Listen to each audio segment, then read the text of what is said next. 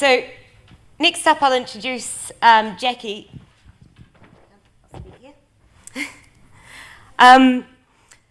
This is probably the most selfish part for me of the program because I love Jackie's work and I've been desperate to meet her.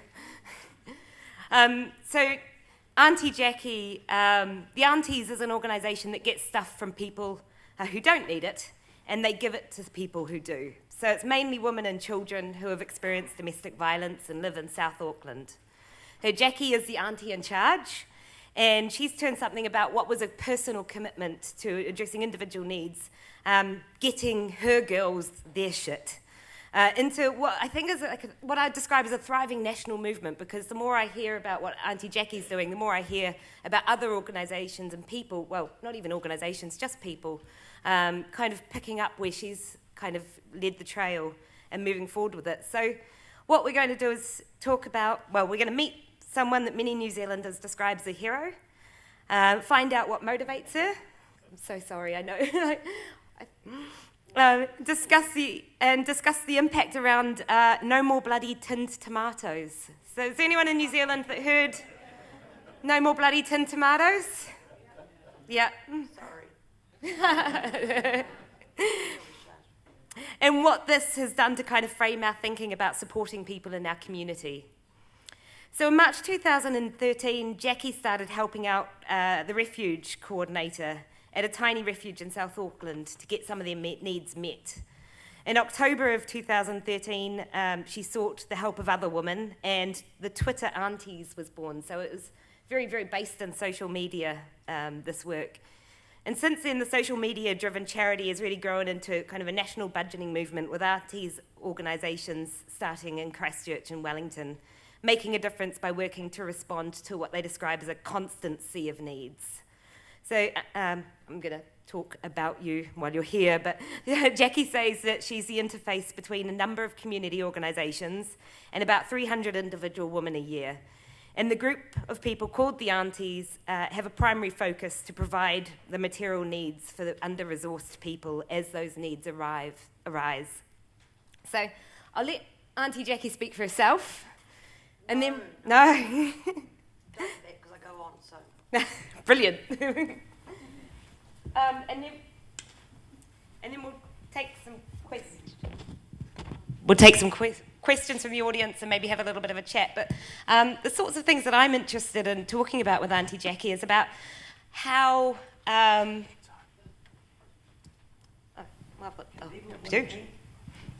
one. Better. Yeah. About how you formed your organisation, how you just decided to kind of, where you started from, what motivated you? So I was a kindergarten teacher in Māngere. I was a kindergarten teacher for 20 years and in the public kindergarten system. And I rang up the local refuge one day and I said to the woman, I didn't know who she was, who answered the phone, do you want some of these kids' clothes?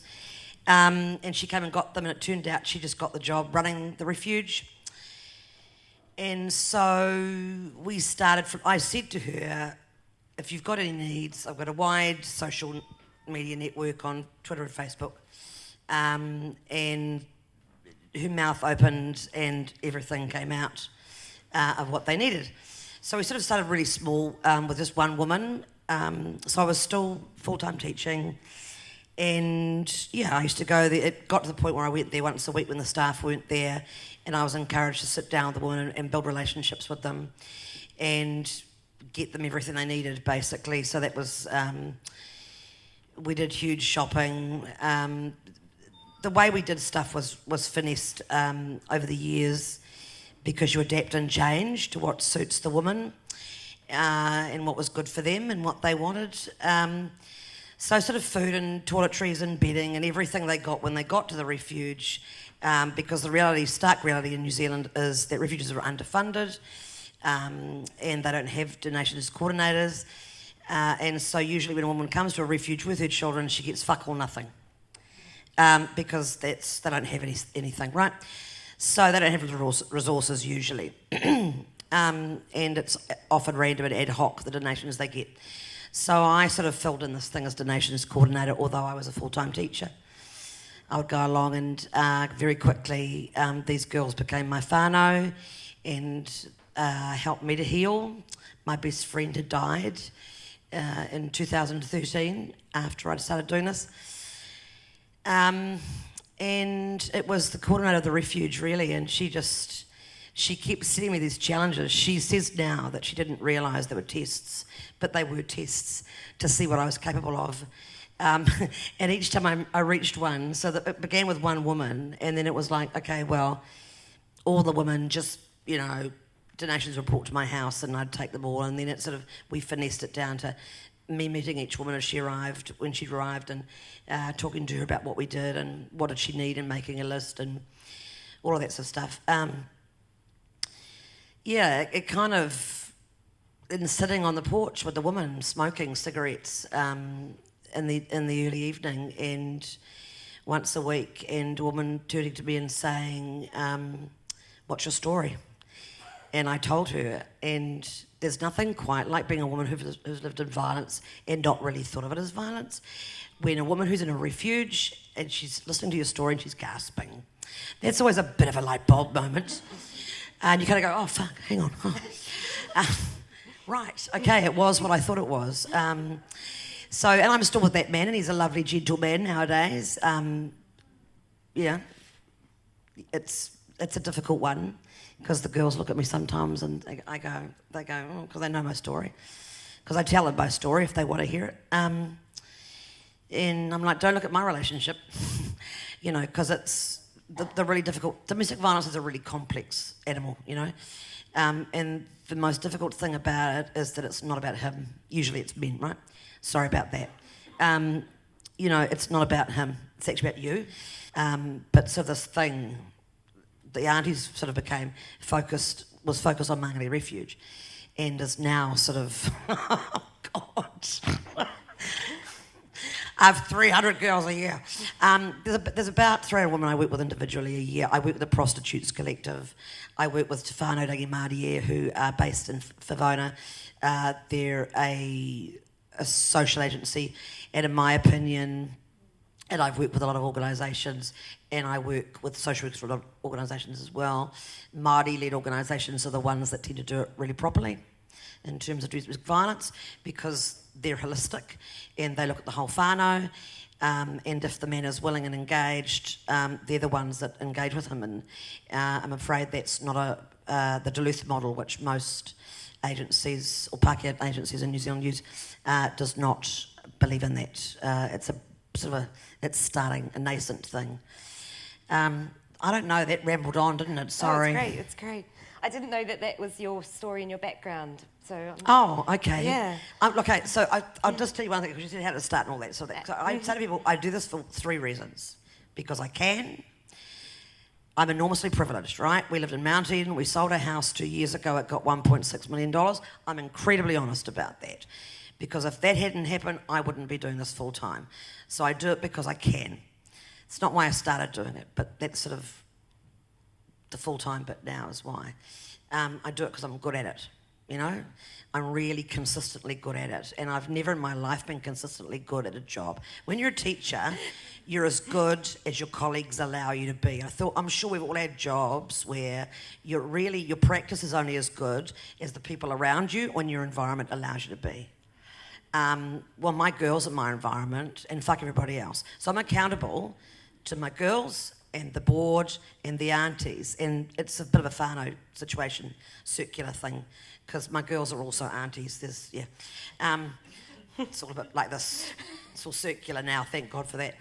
And that's the thing. So I'm good at it, I can, and because I live in Manadewa, and I live in a community that's struggling, and I work with 300 over a year, and 3 times that amount of people need food, just in that small part of South Auckland, and that's fucked up. So that's why I do it. Thank you. I swear a lot. I'm very sorry. I'm not really. I'm glad that you're swearing a lot, because I swear a lot, and I've been really holding it in today. So some people find it very offensive. So what about your upbringing? Because you grew up quite privileged, I would say. So how has that impacted on your work? Because now you're working with people who are suffering from great lack of privilege. And so you're really using your privilege to kind of highlight some of these things. And I think a lot of what you're talking about on social media, or especially all the positions that you take, like it's very, very staunchly feminist and very staunchly about trying to challenge positions of power. How have you become this person from that very privileged upbringing that you had? Okay, so I've always been political. I started studying the Treaty of Waitangi when I was 17 years old because my family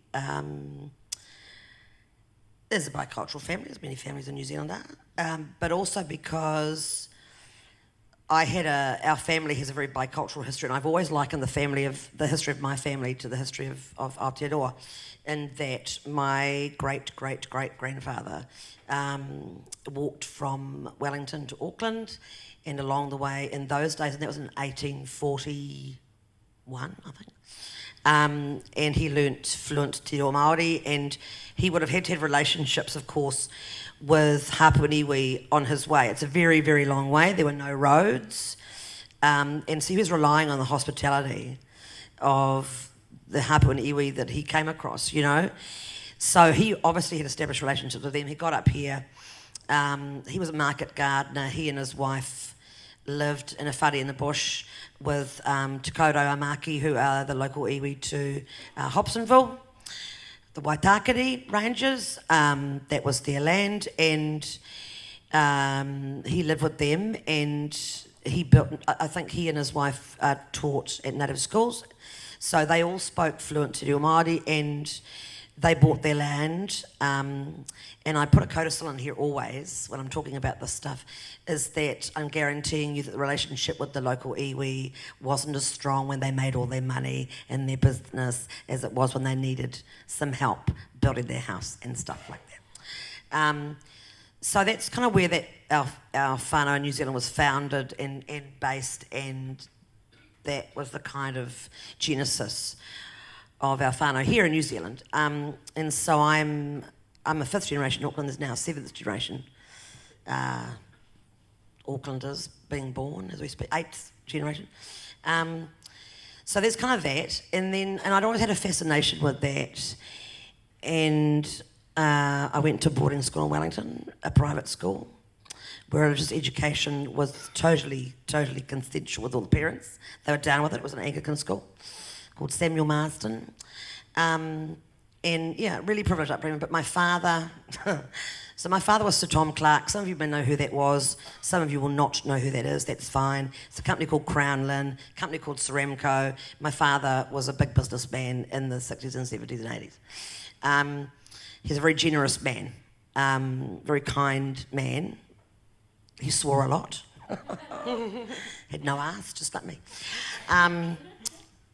But I spent a lot of time at the Crown Inn factory in my childhood, and I gravitated, for some reason, I always gravitated to the Māori women. In the weekends, we go on the weekends, and I would sit with the Māori women as they, lots of them were really talented artists, and they were the ones who painted the plates, before they were fired. So I used to sit with them a lot.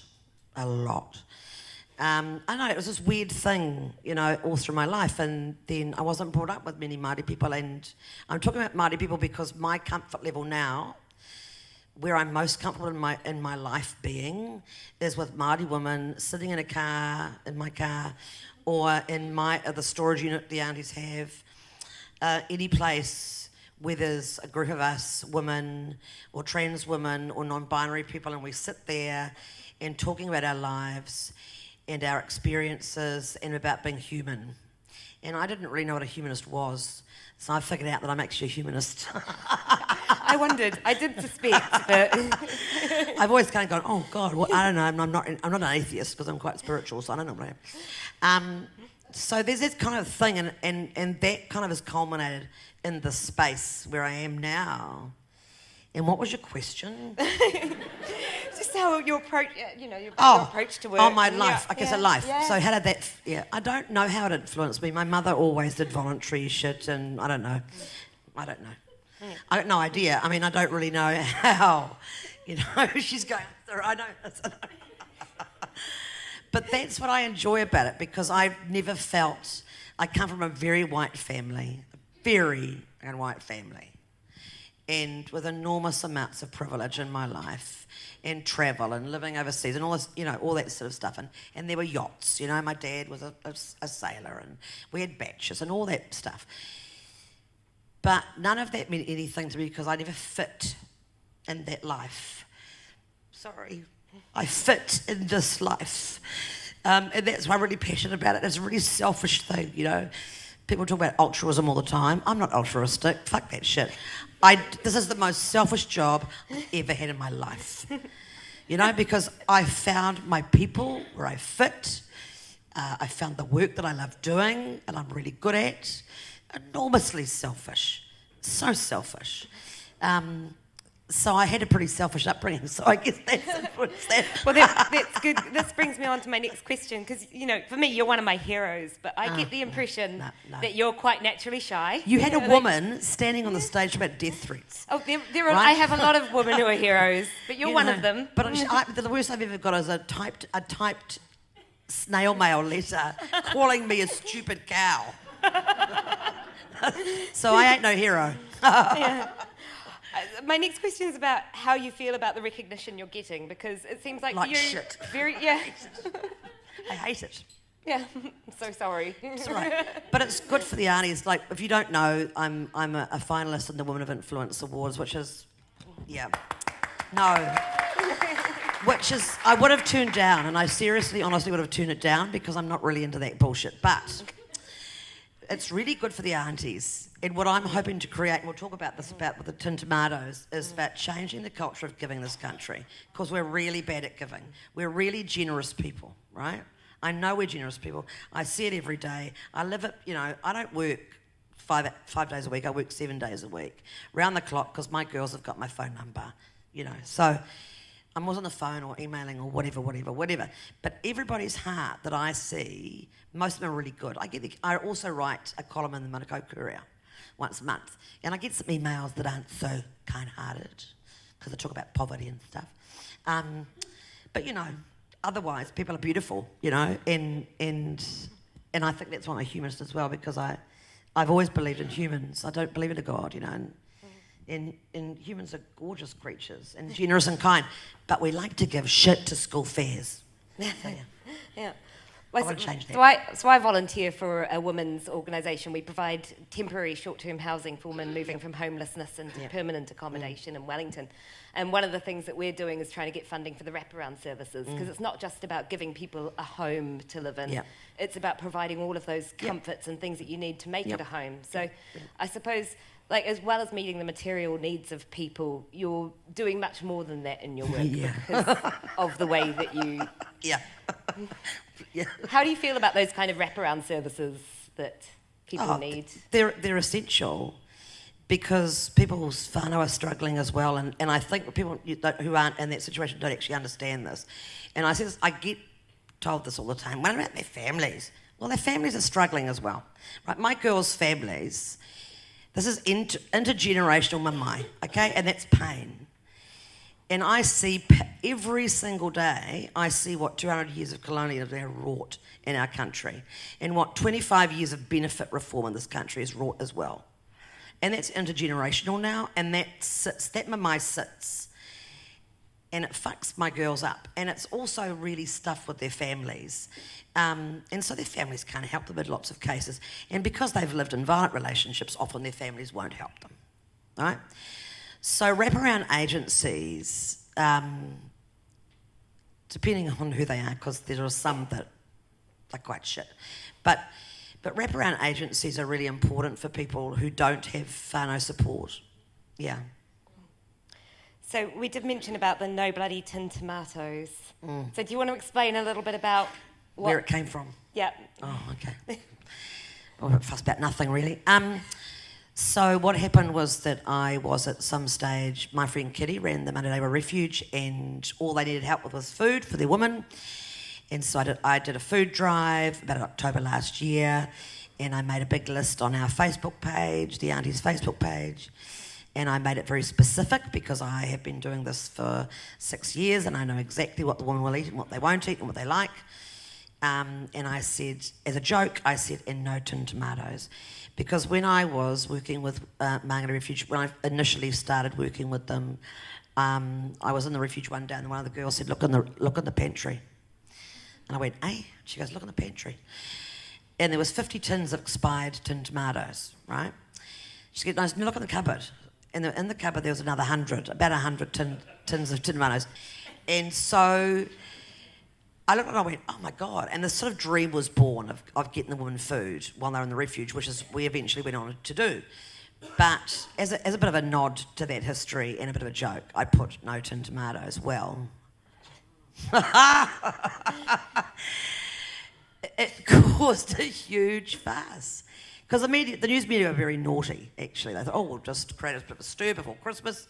No tin tomatoes, oh my God. And I went at the project and I was in the paper and I was, and poor old Caroline, who runs Porirua Refuge down in Wellington, she got in trouble from the National Collective because she said something about it as well. It was done for a refuge, to fill a pantry, when women are coming from violence, if it's 2 o'clock in the morning or 2 o'clock in the afternoon, they've got no money, they've got no food, and they're not going to eat a tin of cold tin tomatoes, And I mean, very specific, I was going, tin of spaghetti, whatever. So I can tell you, if you ask me what people need, I will tell you what they need, because they tell me what they need all the time. I do online countdown shopping for my girls. We spend huge amounts of money. And so I know what they want, So I'm like, no tin tomatoes. And that's kind of where that came from. But people thought I was saying, oh my God, tin tomatoes, don't ever give charities tin tomatoes. My God. And I was getting emails from organisations saying, we throw out thousands and thousands of dollars worth of tin tomatoes every year, as well as other stuff. I mean, the City Mission and the Sallies alone, they spend about between $70,000 and $100,000 per organisation on throwing out people's shit. So you might give them stuff, or drop it off or whatever, and they won't say no because they're terrified of losing donors. I'm not. I don't give a shit. If you don't want to give stuff to me, I don't care. You're not very, I'm not interested, right? I don't care. But I'm grassroots, and I'm in that storage unit, and I know what my girls need, right? So I've got the ability to be really hands-on, because I'm the one spending time with my girls. So, and women who need stuff, and the organisations that I work with, helping them get what they need.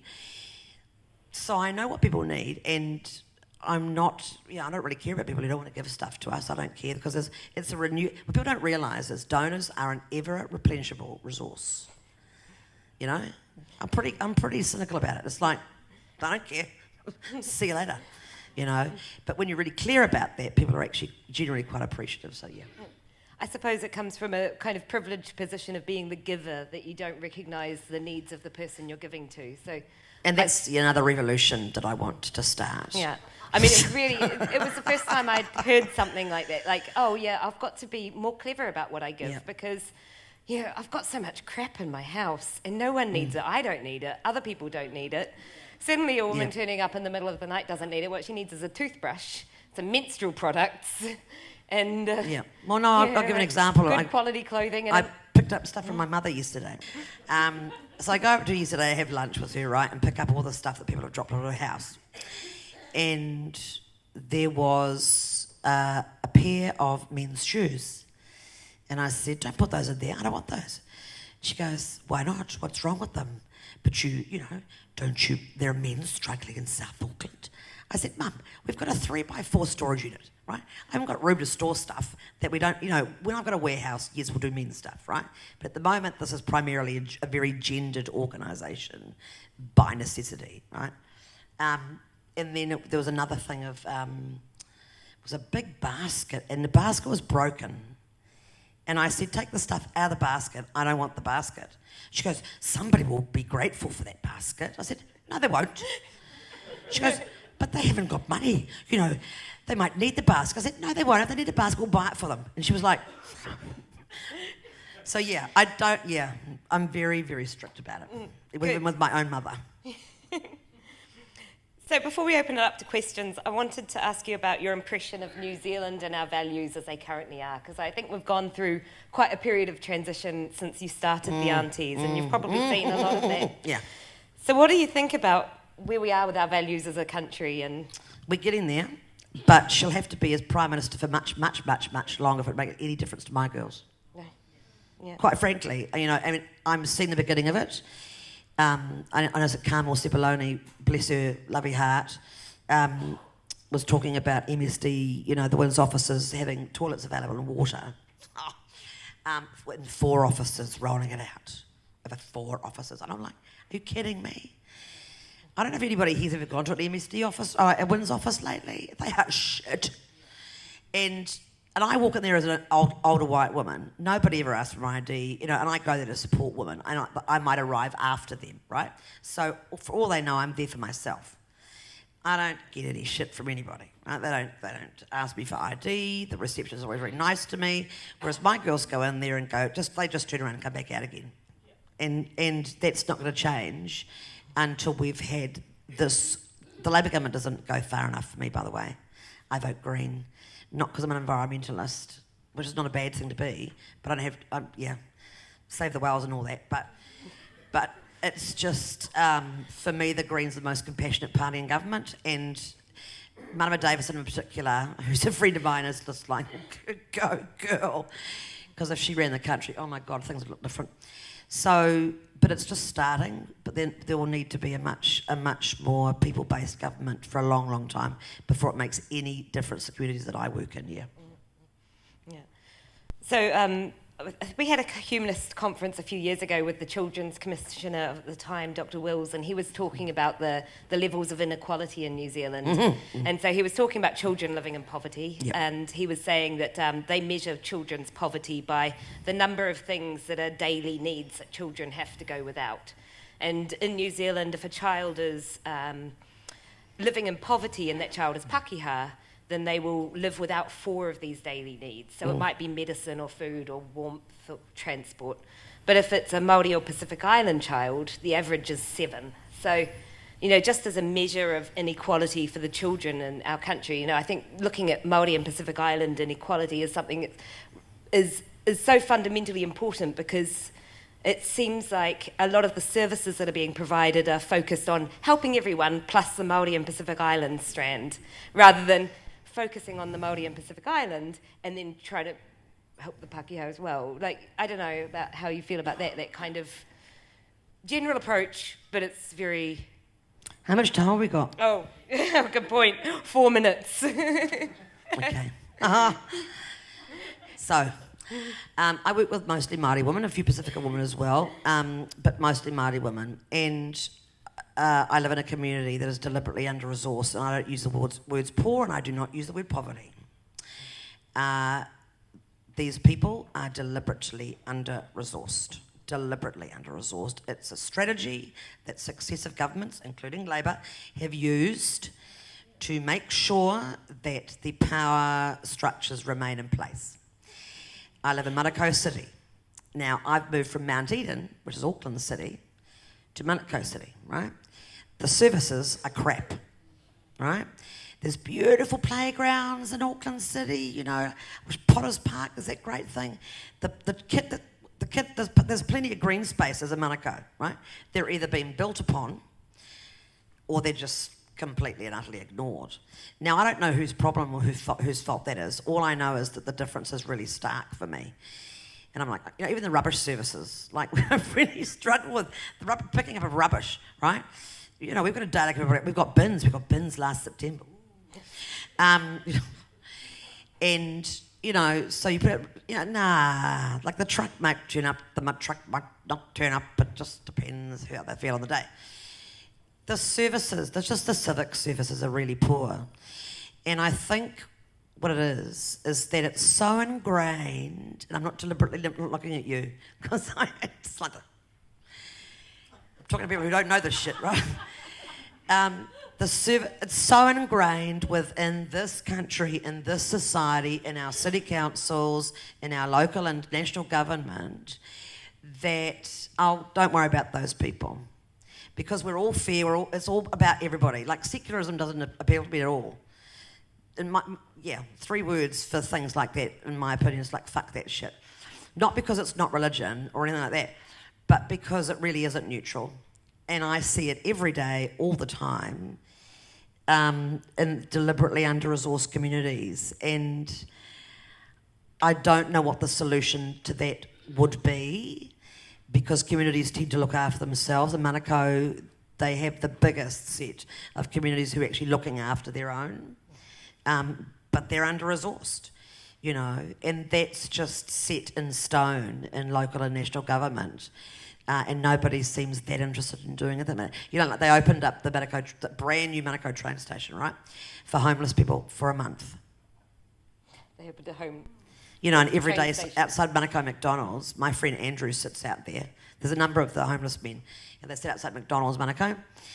And when he sees me come, he goes, "Usual, please." You know, because I buy him breakfast and what have you. And he says, "You're an angel." And he says, "You're an angel," because he's so used to being treated like shit. And that just bewilders me. And I've got friends who say, "I don't give them money. Don't give them money. They just buy booze." And I'm just like, if you were sleeping on the streets in the middle of winter and your life was this crap, wouldn't you want to get out of it? Do you know what I mean? Like, I don't judge somebody for taking drugs or alcohol. I'm like, just do what you're going to do to survive, mate. So these communities, and in town, the homelessness is just as bad, you know, and just as visible. But I just think there are communities in New Zealand that are being deliberately under-resourced, and I think that's most where the equities are showing up at a local level. Kia ora. Right, I think we're over time, but I'll take one question from the audience. Sorry, I like to talk. It's actually not a question, it's just to say thank you, and thank you in particular for challenging our ideas around giving and what is acceptable giving. I think that's a really, really important message for us to hear. I'm a stroppy Sheila. Yeah, I'm all down with no to tomatoes because it's about need. So I just thank you for your work, Jackie. Thank you. Can I just say one more thing? I will just say one thing. I won't go on about it. It's just really one sentence. Is that my desire in New Zealand is that we go from a nation of people who believes there are givers and receivers to a community of people who are looking after each other. Peace out. Kia ora. Kia ora. Thank you so much.